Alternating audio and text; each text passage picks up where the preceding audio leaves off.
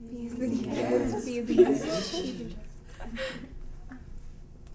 who was that girl? That was the Drugs Kills Dreams girl. Hi, I'm Tara Powers, and some of you remember me for creating the slogan, Drugs Kill Dreams.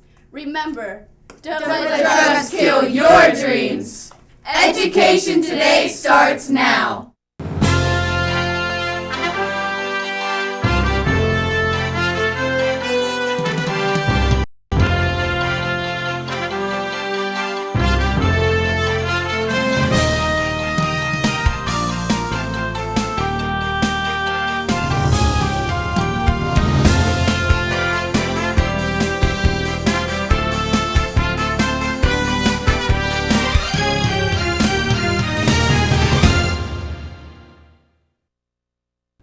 Welcome to Education Today. I'm John Zish from the Armstrong School District. You know, those of us who care for young people feel we must do all we can to educate them about the dangers of illegal drugs and substance abuse. The real challenge is when young people find themselves in that first difficult situation where drugs may be offered. Whether they make the smart decision is often a function of how much they've been educated about the consequences of drug abuse. To talk more about this crucial message, we are joined tonight by three outstanding guests. Welcome to Education Today. Thank you, John. Would you please introduce yourselves? John, I'm Frank Aratino, Assistant Superintendent with the Armstrong School District, responsible for secondary education and district programs. Thank you. My name's Jim Gagini. I'm Assistant Superintendent in charge of elementary education and pupil services, and I'm also a key leader in the Community to Care initiative. Thank you. My name's Kay Owen. I'm the Executive Director for Ark Manor Addiction Recovery Center, which is the prevention, intervention, and treatment agency for Armstrong County. I'm also involved with the Communities That Care initiative for the county. Wonderful. Well, we're delighted to have you all. Thanks very much. Now, it's 2007, and we've heard a lot about how illegal drugs are on the rise, and they've even become deadly in some cases on the first use. What are some drug trends we're seeing out there today? Well, I think I can answer that from my 30 years of experience in Ark Manor. First and foremost, we see that most people use multiple drugs. The person who generally uses one substance is few and far between. And that makes treatment more difficult because they're using multiple substances. The other thing that I see is that the average age of our clients has reduced by 10 years. Wow. Within the last couple years. It used to be that the major drugs were alcohol and maybe marijuana, and it took people, a number of years before they got sick enough, to want to come for treatment. But with today's drugs, the primary one in Armstrong County being heroin, that drug hits them hard, hits them fast, and the average age of the people seeking treatment is in their young 20s. So that's one of the biggest trends that we see now. Okay. Would you please briefly describe Ark Manor Services and who you serve and how many people you serve? Yes, that's a very near and dear to my heart. We in this past fiscal year, we served 1,368 clients in our treatment services.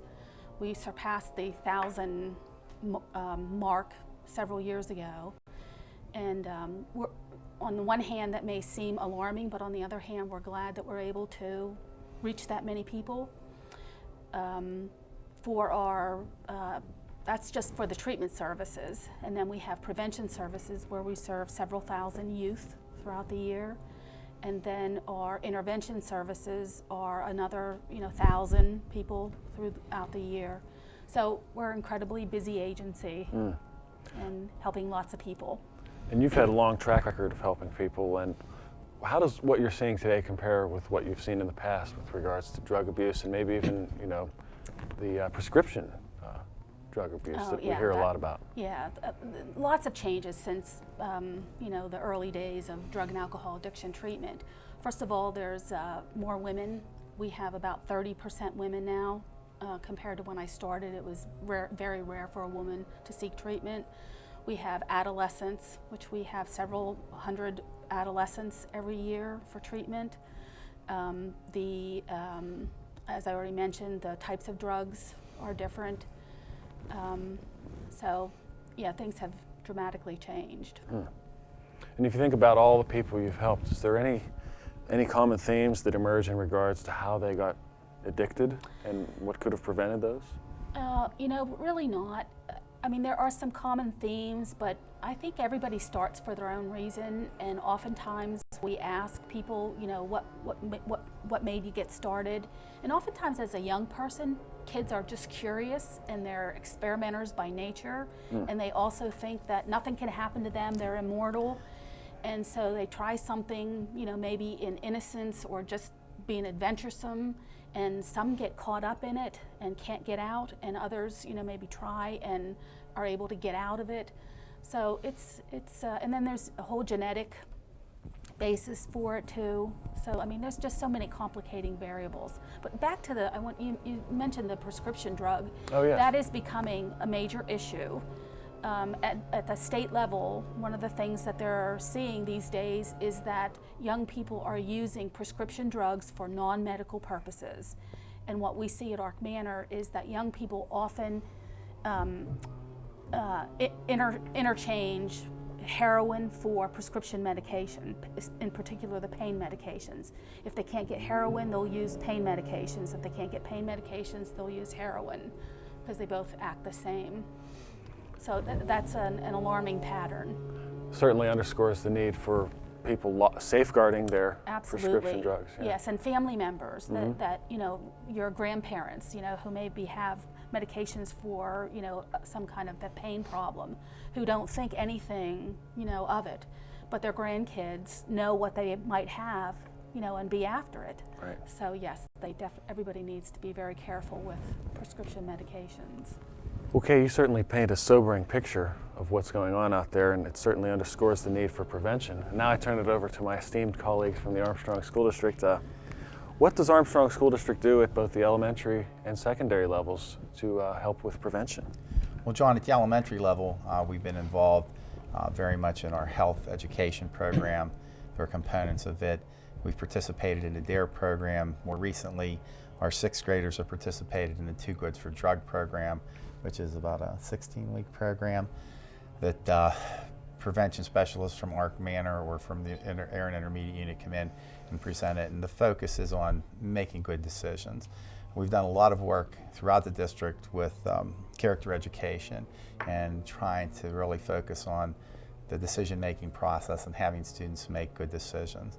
So very much geared to the preventative nature. We've also elicited the students from the senior high school through Appleby Pond and Tattoo and other organizations who come in and do puppet plays and other types of prevention types of programs to get the message out to our younger students that they really need to be careful. As Kay indicated, the use, the age of use of experimentation is down as low as into 5th grade at this time. Right. And, you know, it used to be like at 7th and 8th grade. It's down to about 10 years old at this point.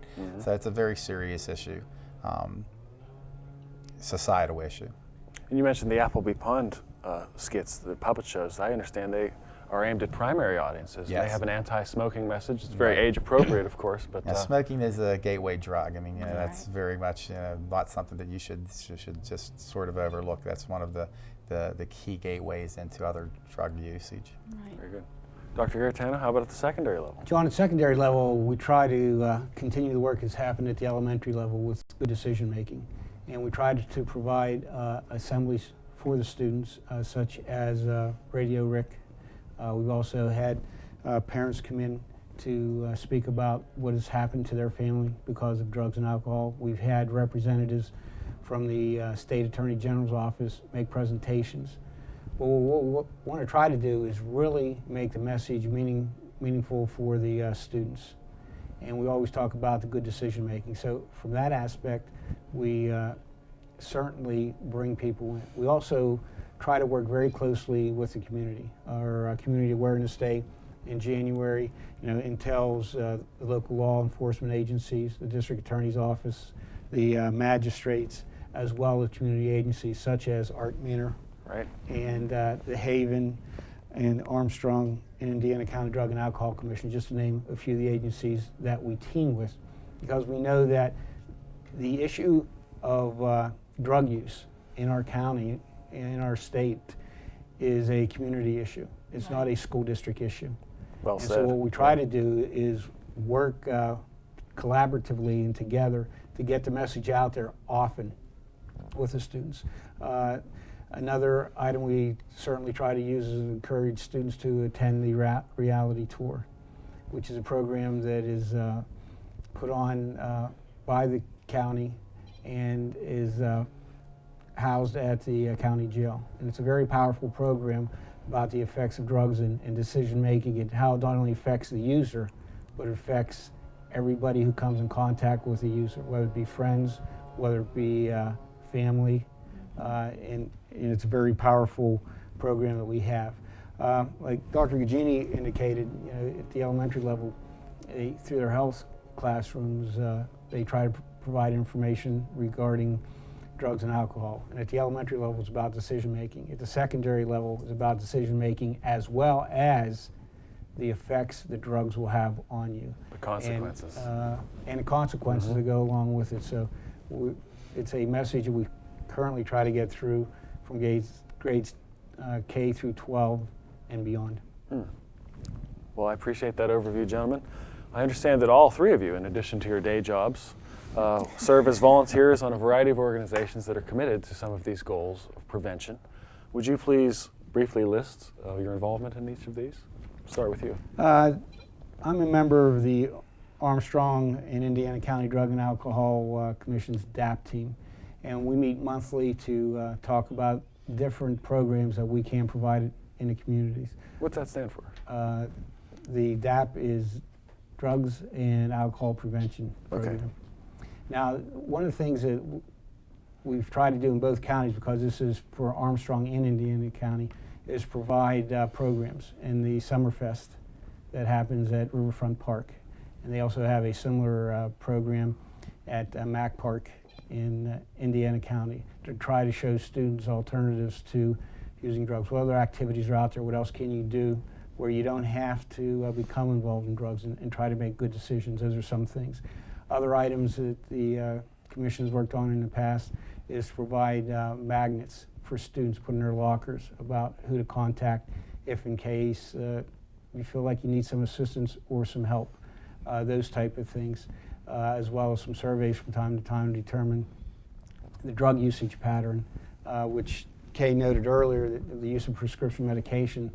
From my point of view, and the students that I see from time to time, I'm seeing more use of prescription medication that certainly was not for them, it was for mom or dad or grandma, that unfortunately that they're experimenting with. It's very alarming. Absolutely. Dr. Gugini, how about some of your volunteer efforts? Well, I sort of got roped into this by Kay many years ago. For about 8 years, I was a member of the board at Arc Manor, and Kay and I worked very strongly with, I was principal at Catania Senior High School, to really sort of pilot. We started the after prom parties and other alternative types of activities for kids other than engagement with drug and alcohol and drinking and things. So more recently, as my job status changed, and I got into the situation. Arc Manor board meetings are the same night as the caucus meetings at the district level. I got involved about 7 years ago with Communities of Care, and Communities of Care is a collaborative. It is comprised of all of the child serving agencies in Armstrong County. The community that we've targeted in Armstrong County, because of our rural nature, is the county as a whole. So we're also involved with Leechburg is very active in CTC, Freeport and Apollo Ridge. The goal of CTC is to look at bringing evidence-based programs, prevention programs, into the community, and to look at this as a big part of this is first we identified protective factors, those factors in the community that support students and help them in making healthy choices. And then we also identified risk factors with it. And we'll sort of get into this with the PAYS survey because it's a key part of that. Right. But it's all based on data, and over the past 7 years we've implemented numerous programs and have serviced in excess of 9,500 people in the county. Some of the programs we've done is the life skills training. Too Goods for Drugs is funded somewhat through there. Creating Lasting Family Connections, which is a parent child type of thing. It meets, it brings the kids and the family together. And those are just some of the key programs that we've worked with throughout. There's many other ones, but in the prevention aspect, those are some of the key ones that we've worked with. Very good. How about you, Kay? Well, I'm also involved with Communities That Care, and that's one of my passions. And just as an added note, Communities That Care has helped bring about $3 million into the county through grants. And that's amazing. It is amazing, yeah.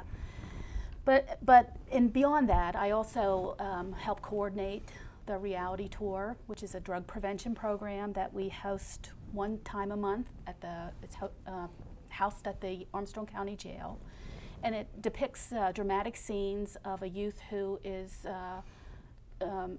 confronted with the decision to use drugs, and then ends up going through an arrest scene and an overdose scene, and then there's a funeral scene. So it's a dramatic enactment, and so it's very powerful for the people. And then in addition to that, there are some recovering people, who've been there, done that, and are working to rebuild their lives, who share their story. So this is our third year, and we've reached over 1,000 kids and their parents in the 2 years that we've been in existence. Congratulations. Yes, and we appreciate the support of the Armstrong School District, for that program. The managing partner is the Armstrong County District Attorney Scott Andressi, but Ark Manor runs the day-to-day reality tour stuff. Very good. Well, I'd like to congratulate and salute all of you for your volunteer efforts, working after hours in many cases to help our community become better. Now we're going to take a short break. When we return to Armstrong School District's Education Today, we're going to learn more about something called the Pennsylvania Youth Survey. Stay tuned. We'll be back with more Education Today. More than 100 academic majors. More than 230 clubs and organizations. Great things happen here every day. There are students just like you right here. There are also people who aren't anything like you from many walks of life and from all around the world. At IUP, it's all about having choices. Indiana University of Pennsylvania, the perfect fit. We're back with Armstrong School District's Education Today. Tonight, we're talking about the scourge of illegal drugs and how students can make the right choice when they're faced with a possible drug situation. Our guests are Kay Owen from Ark Manor and Armstrong School District's Assistant Superintendents Dr. James Gagini and Dr. Frank Aretano. I'd like to zoom in a little bit on something that you had mentioned earlier called the Pennsylvania Youth Survey, which I believe Armstrong School District is participating in for the first time. Would you please give me an overview of the Pennsylvania Youth Survey and what it accomplishes? Yes, John. The Pennsylvania Youth Survey was developed by Hawkins and Catalano. It's a national survey. It's been adapted for use in Pennsylvania specifically. Okay. The PACE survey is being sponsored by the Pennsylvania Commission on Crime and Delinquency, as well as the Pennsylvania Department of Education. It's a joint venture. Basically, the youth survey is used to check the effectiveness of our programs that have been implemented. Everything is database, as I'd indicated earlier. We've identified protective factors and risk factors. The interventions that have been implemented through CTC, through funding, are all what they call blue ribbon programs that are research-based. So what we're doing at this point with the survey is looking at the effectiveness of those programs in positively impacting lowering the risk factors in the county. The survey, parents may preview it by accessing the Pennsylvania PCCD's website, which is www.pccd.state.pa.us, and also they can preview it at the schools where there's 8th, 10th, or 12th grade student will be taking the survey. There'll be copies there for them to preview. Basically, parents should have received or will be shortly receiving a copy of the paper with frequently asked questions, and will be on the back of that. But it's sort of explaining the program, the survey, what it does, and also students will have to have signed parent permission to take the survey. The survey is strictly anonymous. There are no identification markers of any way or form to indicate who the students are. We're really looking at the data at a county-wide basis, so we won't be breaking that data down by individual schools or school districts or any other way. Right. It's looked at our community that through CTC is Armstrong County as a whole. But it will provide us with very valuable data as to the effectiveness of the programs that have been implemented, and also in planning for the future and what has changed and what we need to focus on at that point. Now, I understand the survey will be offered in mid-October.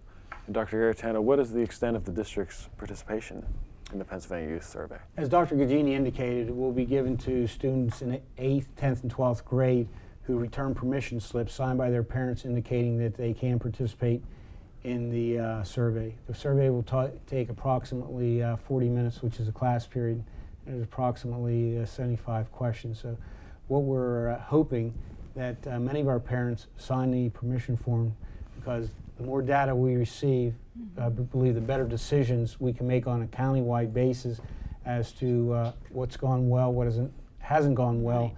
what we need to work on. So we encourage parents to, if they haven't already done so, to sign the permission slips. Very good. Kay, do you want to add anything about why this survey is so important and so significant historically?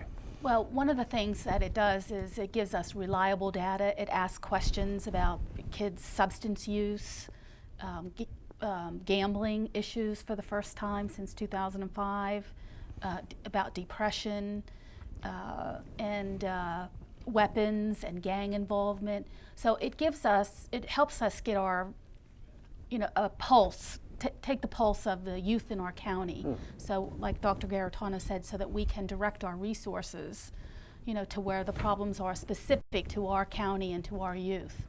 And I'd really like to compliment Armstrong School District on taking a leadership role in doing the Pennsylvania Youth Survey.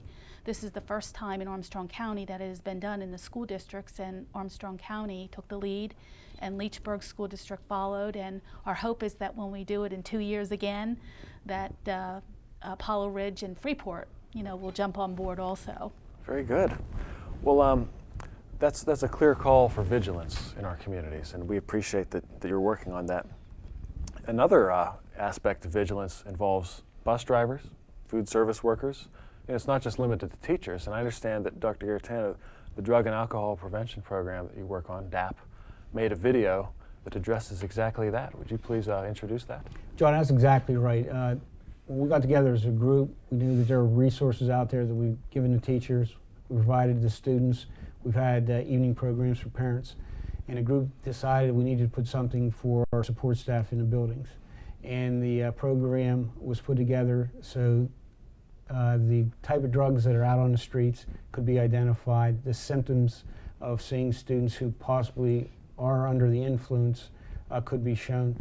So the support staff, and we're talking about the secretarial staff, custodial staff, maintenance staff in the districts in the county, would have an opportunity to see that. And another reason we targeted that population is we know they are the parents, the grandparents, the aunts and the uncles of all the students in the county. So the more that we can educate, the better job that we possibly can do. We think it's very important.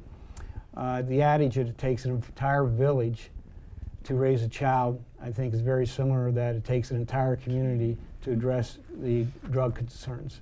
So the more people we can get involved and the more people that we can educate, I think the better job that we can do to address this very real concern we have.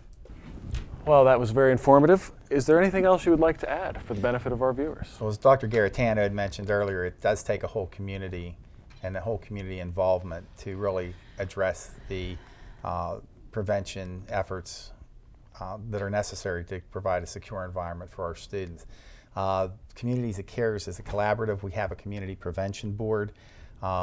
We meet the first Friday of each month, generally at the Armstrong County Memorial Hospital, and we're always looking to broaden our base for representation of members on that community prevention board. So if anyone would have any questions, they could either contact Kay at Ark Manor or myself at the Armstrong School District Administration Office.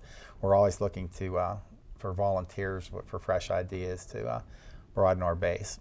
Very good.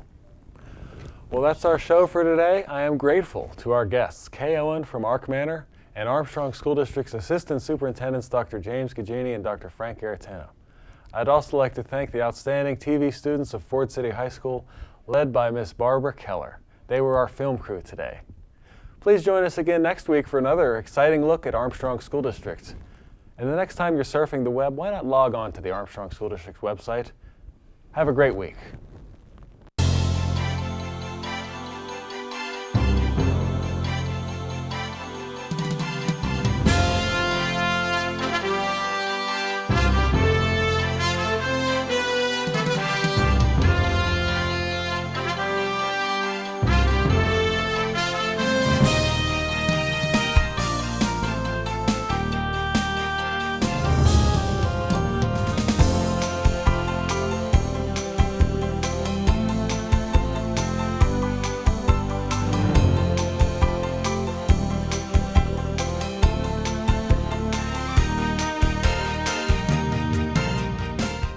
Hi, I'm Michael Ravati from Ford City High School, and this is a look at what's going on around the Armstrong School District. Andrew Ray is not your typical 6-year-old. The Armstrong County first grader is a devotee of the new food pyramid and frequently quizzes his parents on their portions of proteins, carbohydrates, fruits, and vegetables. Andrew recently took up swimming and soccer to stay in shape, while his 11-year-old sister regularly hops on the treadmill after school. The Ray family is one of the most visible success stories of the Healthy Armstrong program, which stands for Healthy Eating and Active Lifestyles Together Helping Youth. The Healthy Armstrong program is designated to create a countrywide approach to rising numbers of overweight children and their related health risks. UPMC Health Plan has awarded a $50,000 grant to support the Healthy program, which kicked off on Thursday, September 27th at West Hills Intermediate School. The program incorporates the National Institutes for Health's We Can program, an easy-to-use wellness program for parents and teachers. As a result, the NIH has awarded Armstrong the nation's first designation as a We Can county. While the Healthy Armstrong effort sets guiding principles at the county level, there are also 7 school wellness committees operating within that framework, one for each elementary school in the Armstrong School District. The school wellness committees have the same goal: to raise student awareness about the importance of physical activity and nutritional knowledge. In early October, District Wellness Coordinator David Kristofic will create a schedule of activities for each school. Well, that's all for now. I'm Samantha Brocious from Ford City High School. Make sure to keep watching.